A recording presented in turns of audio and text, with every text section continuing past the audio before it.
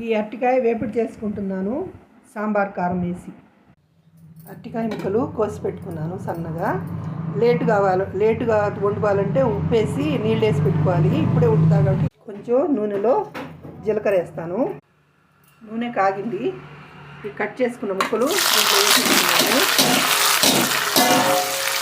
ఇప్పుడు కాసేపు దాకా కదపకూడదు. 2 నిమిషాల తర్వాత కదిపి మూతేసి పెడదాము.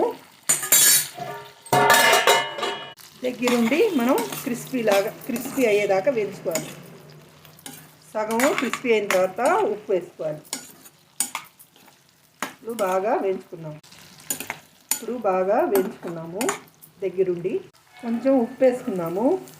కొంచెం చిల్లుల్లిపాయలు వేసుకున్నాము. మళ్ళీ బాగా వేయించుదాము. ముక్కలు క్రిస్పీగా వేగిన తర్వాత 1 స్పూను సాంబార్ కారం వేసేసి కాసేపు ఇట్లా తిప్పేసి